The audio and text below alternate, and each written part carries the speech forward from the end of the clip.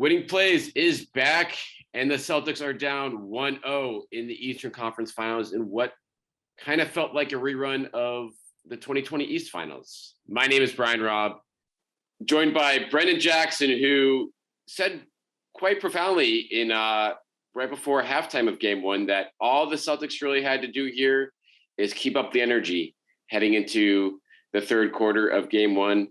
And Brendan, that didn't exactly happen there, if we are going to put it kindly. It did not. And it was a huge bummer too, because they were playing really well in the first half, moving the ball, getting open shots, getting to the rim at will, getting Robb involved. Obviously, it was great. It was perfect. And then that's exactly what happened. And you could see shades of it in the second quarter. I mean, Jalen Brown had a rough game the whole game, maybe outside of the last 3 minutes when it was over and they were scrambling. You could really see that they were tired. They were tired. Tatum and Brown were tired. And so it's a little daunting. It's a little scary going forward if this is going to continue without Smart and Horford. Right. And so, yeah, let's talk about that first half a little bit more before we get into the carnage. With Jalen, he's delivered duds this postseason, but he was, under the radar, really, really good in Game 6 and Game 7, just, being that supplemental piece and very good at decision making. I think the biggest red flag for me in Jalen this game was there was some serious defensive regression to early career Jalen that would, get cured from his teammates and Brad Stevens' time from just not being rotations and stuff. And I think, a lot of that can have to do with fatigue, but he's going to be tested a lot more in this series with just the way Miami plays. And obviously the Celtics had a couple security blankets out with Smart and Horford, which, we'll get to later, and that was a clearly big deal. But so the Heat were down bodies too. Do you just look at this for Jalen as just a one-off, or were there any other, bigger red flags there? I mean, I'm a pessimist by nature. So if my first reaction is, what is going on? Does he have COVID? Does he have sure. Because he looked like he was in a fog. And I think the truth is he's probably just physically, mentally tired, and he had a bad game. And he's capable of playing better. I think he will play better. I think he likes playing, even though it's hard. I think he likes playing against Jimmy Butler. He loves and respects Jimmy Butler. He wants to model his game after him, that kind of stuff. And so I think he will play better. I really do. If you ask me, put my pessimism aside and my anger aside at how they played, I do think he'll play better. But you hit the nail on the head. There was a whole sequence, and I tweeted about it. I think it was in the second quarter where he lost his man 3 times, just on not even tough pick and rolls where he got stapled to it or weird misdirection stuff. No, just absolute brain fog stuff. And it's it looked like it was Jaylen Brown rookie year, Marcus Smart shouting in his face again. and he's not that player anymore. So that's where I'm thinking, if they can get over this fatigue hump, if they literally just get treatment and rest for the next, 30 hours, I think hopefully, knock on wood, we'll see a much better performance out of him in Game 2. Yeah. And I guess we're at where we started. I mean, there was, plenty of blame to go around once we get to the third quarter of this game, but the rest, this will look like a missed opportunity here in Game 1 because the rest of the team just played so well offensively in the first half here. Tatum was lights out. Payton Pritchard really got it going there. Rob Williams looked like his, regular season Rob Williams, which is a huge development potentially going forward in the series if the calf cramping he had isn't really a big factor there. And so for them to shoot 59% in the first half and only be up 8, that was a red flag in itself. And I think Jalen was a big part of that because if Jalen has his head on straight, maybe they're up 15 to 20 there, and the second half looks different.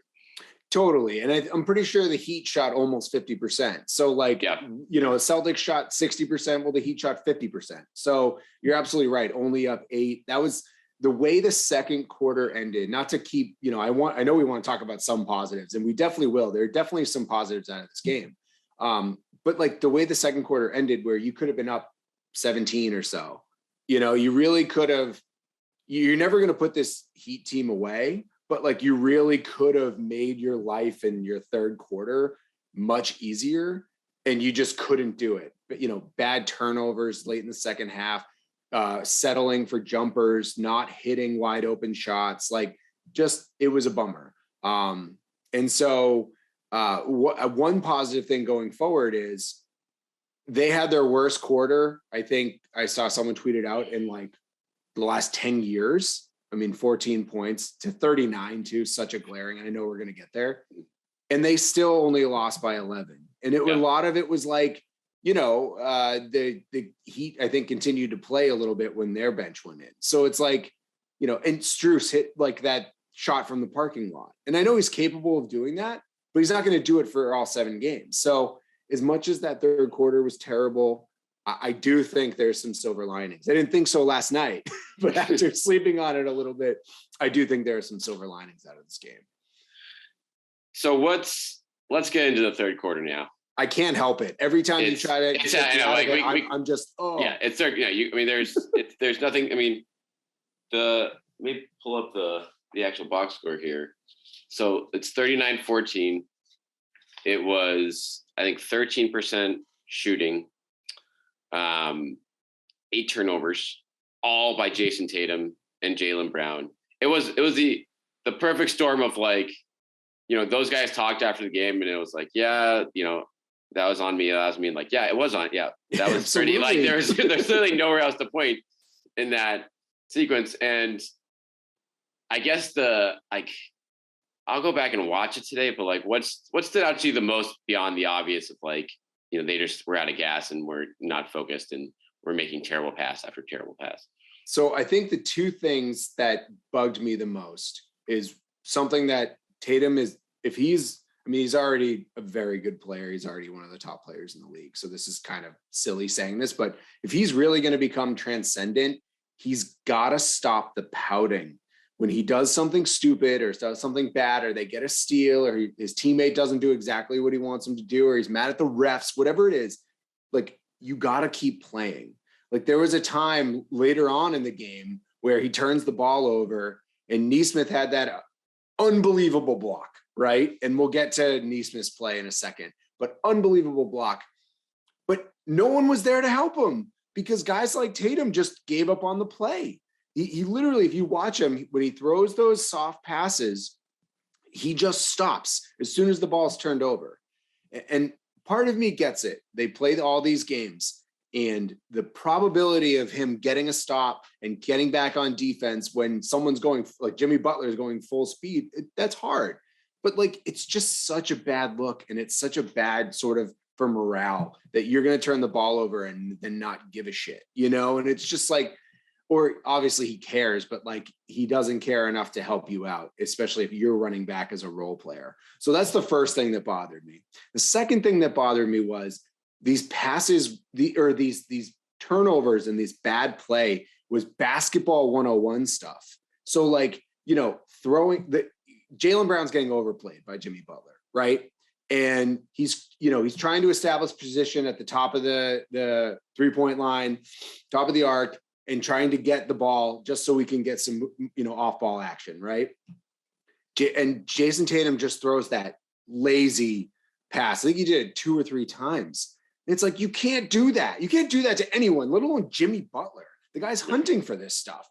So that annoyed me. And it's, again, going back to basketball 101, like, if guys hunting and that's the guy, what he wants to do, and he's overplaying, have Jalen, tell Jalen Brown, like, go back door, go back door to bring Jimmy Butler away, and then have a guy curl up and replace him. Like, like Grant Williams was wide open or would have been wide open had Jalen Brown curled or gone back door. And then, when later on in the quarter, when Tatum drove into a crowd and got the ball stripped, like, Grant was wide open for a 3. Like, this stuff is just, they're just not driving and kicking. In the first half, he got to the rim at ease. Obviously, Miami made an adjustment. They're very well coached, really smart basketball players, and the Celtics didn't.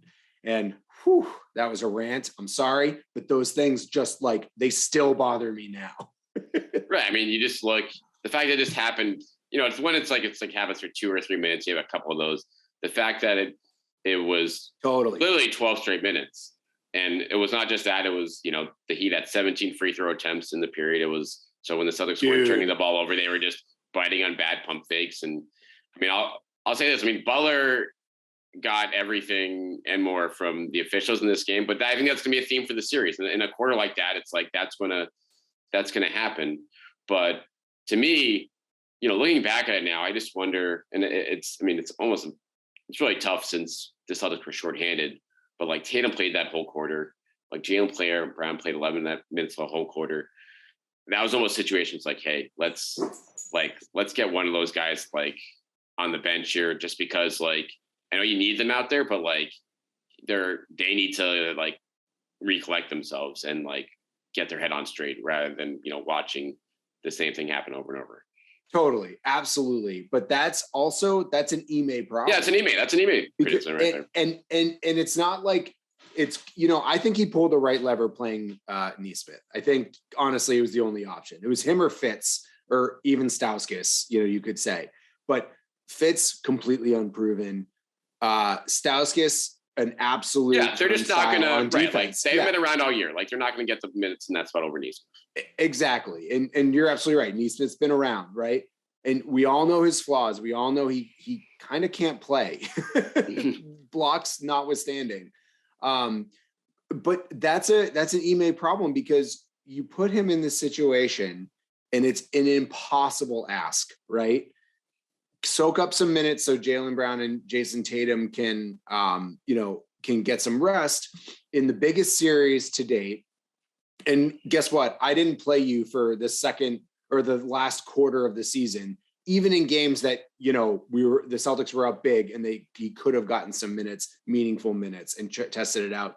Ime didn't play him. So it's like, this is definitely like, that's an Ime problem. And I was actually more mad at him last night in the third quarter because I feel like they didn't respond. And when you don't respond, that to me, that's a coaching problem. It just is. The only thing I'll say though is it's not like he waited to call timeouts. He called. He was calling timeouts. Just so they weren't doing anything. Exactly. So, you know, it's one of those things where in the moment I was pissed. I was like, what are we doing here? Like you're getting, you know, out coached. You know, obviously the Heat made great adjustments in halftime and just started playing harder. And you guys didn't match it. And obviously they're not listening to you. And then I realized, like, you know, I slept on it and I was like, no, what is only so much he can do. Like they absolutely quit in that third quarter and they just stopped playing. And by the time they decided that, hey, let's try to make a run, which by the way, they cannot do. You can come back against so many teams. You're not going to come back against this Miami team. They're too well coached. They're too smart with the ball, and they're honestly, they got shooters. You know, yep. Gabe Vincent, I couldn't believe could shoot as well as he can, and he's not going to do it for the whole series, but he can still shoot, right? So, but by the time they started to care again, it was way too late. So, right, because I mean, Miami's offense was in rhythm there, and again, I think you just saw like what a Celtics defense looks like without Horford and Marcus Smart, and with their stars on tired legs, and that's just. It looks like last year's defense, which was like, you know, middle of the road and certainly can be exposed badly against a Heat team that, you know, is hitting their pressure points and has, you know, Jimmy Butler in that kind of a groove. So, yeah, it's one of those things where, and do you like the fact, I was like, in real time, I was kind of shocked that, you know, Ime went for it until the very, I know he he almost pulled the plug a couple of times in the fourth quarter, and you almost wonder like, ooh, should you just take in those minutes for like Brown and Tatum and just like bag them? Or it was the fact to be like, hey, yeah, like guys, we can, if we don't melt down, we're okay here. As long as we don't dig ourselves 20-point holes. Like, I mean, we'll see how it plays out. We'll see if like Smart, how soon, I assume Smart's can be available, you know, if not for game 2, definitely for game 3. Horford, who knows at this point, you know, when he'll be available. But the fatigue thing is obviously has to be looked at even more closely now with just the team circumstances. Totally. And so I'm hoping that the fatigue that we saw was more perception than reality. Because I mean, all these guys are young, you know what I mean? Yeah, I mean, right. Save for Horford. So I'm hoping that what looked like fatigue to us and would have been fatigue for us, or mid 30s and washed and out of shape. And these guys are young professional athletes, was hopefully more mental fatigue than physical fatigue. So I'm hoping that we won't see that kind of sort of effort in game 2, that they'll sort of bounce back and be able to play all those minutes. But it really goes to show how important a guy like Marcus Smart is. We know how important he is for so many reasons, but even if he's just having a bad game, he soaks up minutes, he guards multiple positions. So you can, if Derek White's not playing well, or Pritchard's not playing well, he can soak up those point guard minutes. If backup wings or Jaylen Brown isn't playing well, he can soak up the wing minutes. If the power forward, if Rob Williams is out, he'll play power forward. So it's just like not having a guy like him and Al, obviously, but not having those guys to just soak up minutes, to take possessions. So Tatum and Brown can sort of take offensive possessions off and get a breath. It was huge. And you really saw it in that third quarter. They came out flat to start, and then they couldn't reach that second gear because they had worked so hard in the first half.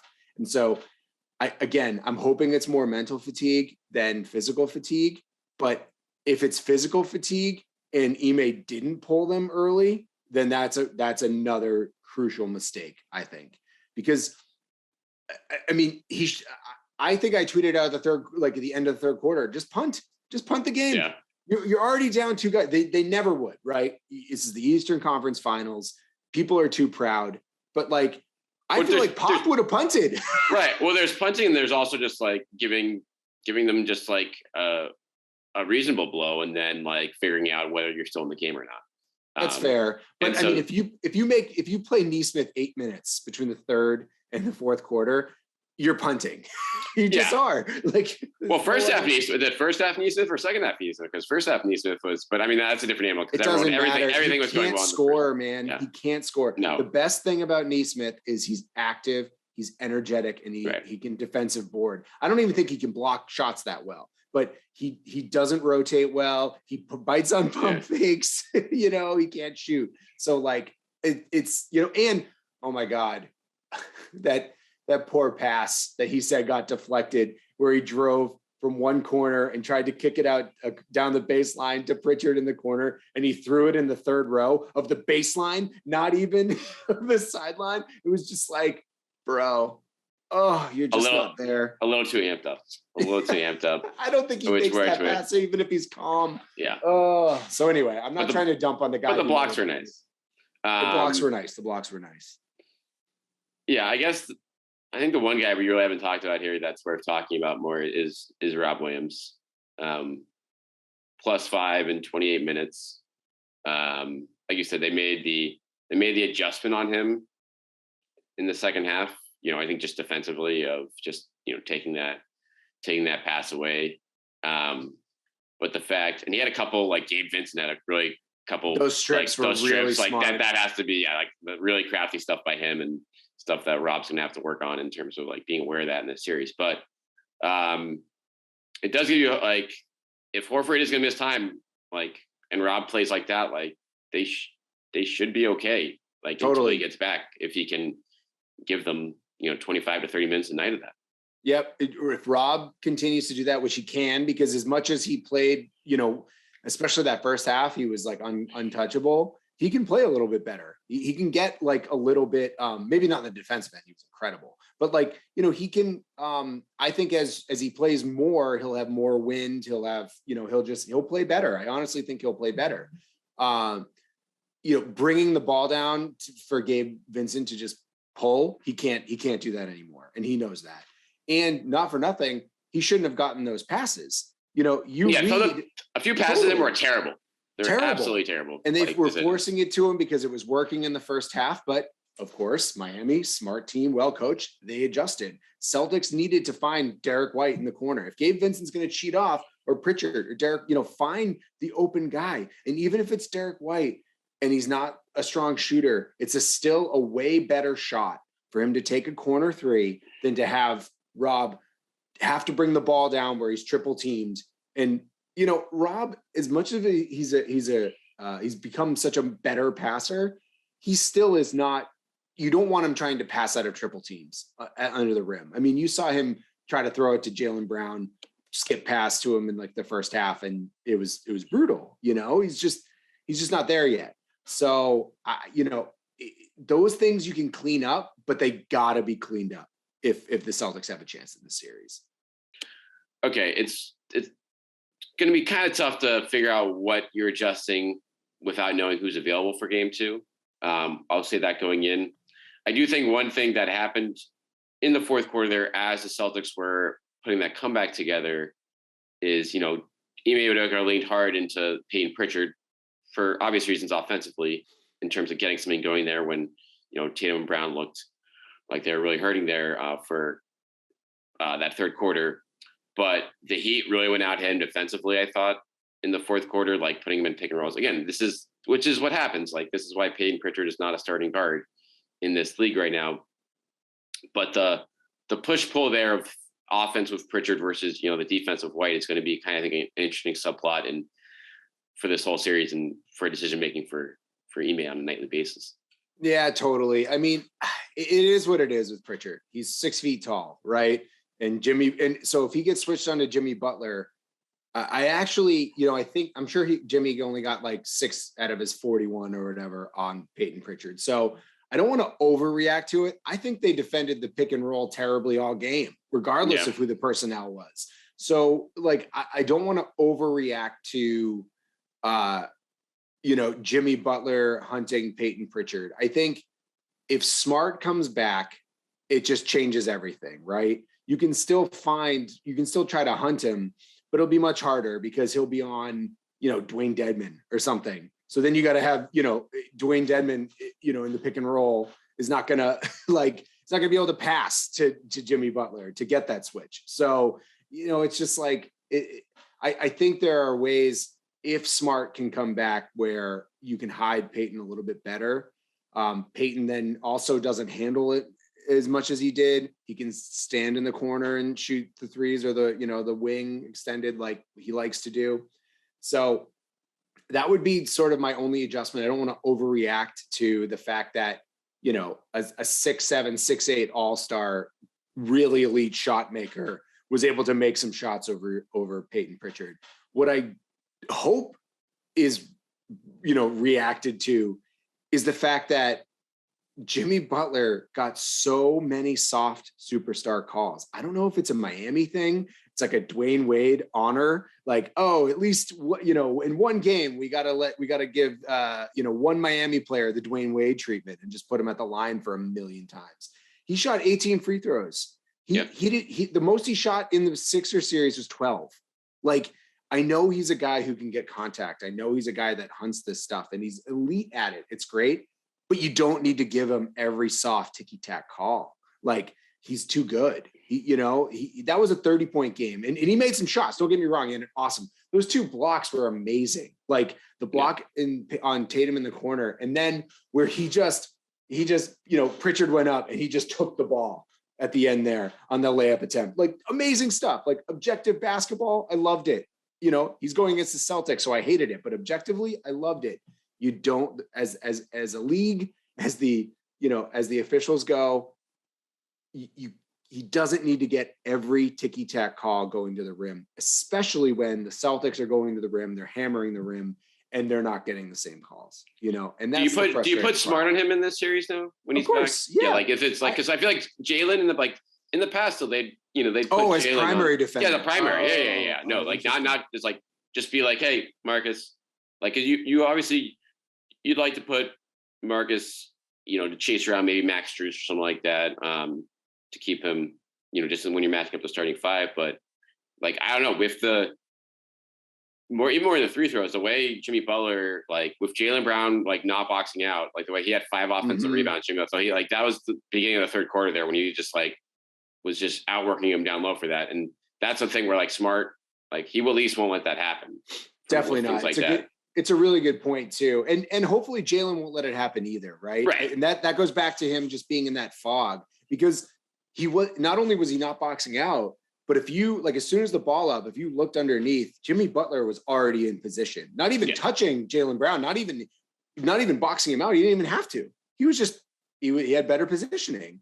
And so I expect, again, basketball 101 stuff, that stuff to be cleaned up for game 2. And so that's what gives me a little bit, like, again, I don't want to overreact because Jaylen was so bad. I don't mind if Smart is back and is the primary defender. Sure, he defends him well. He gives up height, but he just defends him well. He's the defensive player of the year. So if you want to switch that up, I have no problem with that. I don't think Strus is going to beat you. They actually defended Strus in the first half. Amazing. Great. Yeah. Strus looked like he didn't belong out there with the way they were defending him. And then he got it through them. Like everyone did in the Heat, like Gabe Vincent, all those guys really, once Butler got going, it was kind of just everyone fell into place after that. So, yeah. And like Tyler Hero is who really kept them alive in the first half, because he just came into the game and gave them something when no one in the starting five was doing anything against the Celtics defense early. Totally. And so I think one of the things they did really well in the first half was they brought Bam out enough so he couldn't protect the rim, because they kept throwing lobs to Robb, right? And so if Bam if Bam is stuck to Robb, that opens up the lane, and Strus and Hero can't guard Tatum. They can't guard Brown either, but Brown was just so terrible that it didn't matter. But they absolutely cannot guard Tatum. So those kind of things, if Robb is effective and he's, pulling Bam out, then the Celtics are going to be fine. The problem is fine means in it at the end. They could still lose these games by a point or two. So that's the frustrating part. This series, I thought, I just didn't think when in the beginning, 2 days ago, when we knew Smart was like, yeah, he's got a foot problem, he's going to miss game 1, I think he'll be back for the rest of the series. That's just how it's been, right, with Marcus Smart. He has a thigh contusion. He gets 1 game off, and then he's fine for the rest of the series. So I think that's going to happen. But when they lost Horford too, full strength, I think that this is a 5-game series. Celtics have the horses. They're playing really well. And Miami just is as good and well coached as they are. They just couldn't match up. I really thought that. Now it's a dogfight. It's going to be a 7-game series.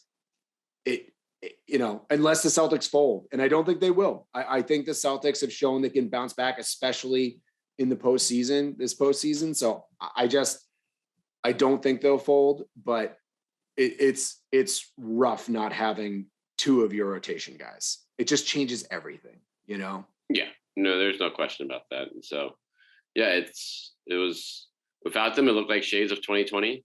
And until they, like you said, they've shown the resiliency this postseason. They haven't lost 2 games in a row for their regulars since January, which is absolutely wild. Yeah. But again, if I assume one of those guys is going to be out for game 2. It's got to be Horford. I mean, if you read the tea leaves, so we texted about this, right? And you haven't dug anything up yet. I haven't dug anything up yet, but I assume, based on how this has been handled, from what I've talked to people, nothing has changed about NBA protocols. So he's probably going to need 2, assuming he's positive, he's going to need 2 negative tests to play.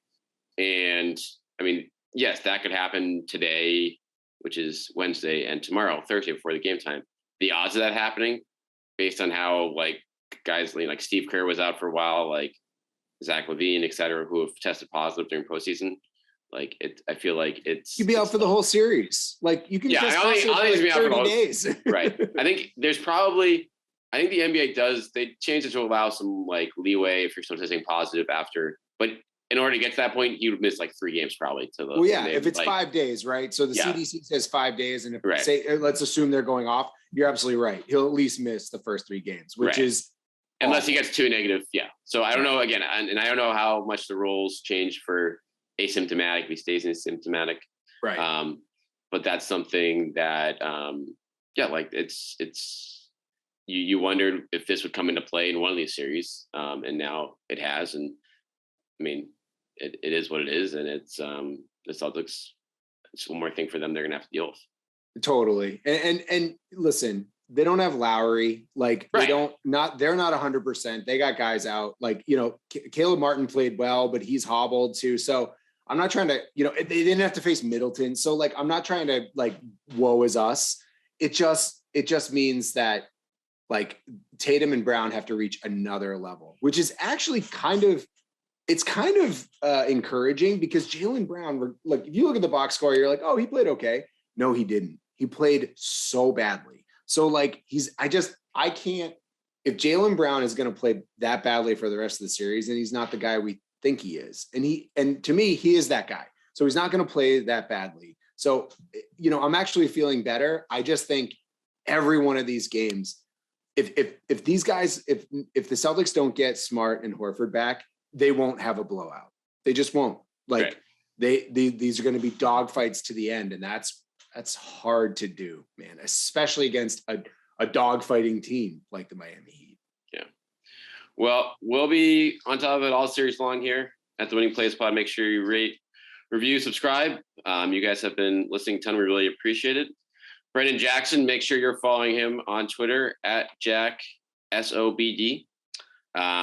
He will be continuing to fire out the hot takes all series long, and we'll be continuing to check in with you, Jax, as the series rolls on here as well. And how did the sleep go last night? Well, after any game, win or loss, I have to detox with like, I don't know, The Office or 30 Rock or Bob's Burgers. Like I just got to stop thinking about sports. You know what I mean? It's just too much. Like I didn't even care. It's so weird. For years, I just like didn't even really care. For some reason, maybe it's because it's like they actually have a chance, like a real chance this year. Like, God, the stress, my heart like can't take it. I'm fanning out like crazy. I don't like it. I don't want to be a fan. Well, 8:45 starts the rest of the way. So get pumped. Get pumped, everyone wishing they would live on the West Coast for these late starts. But Jax, thanks again for coming on. We'll talk to you and we'll talk to everyone else later this week. Thanks, Pete.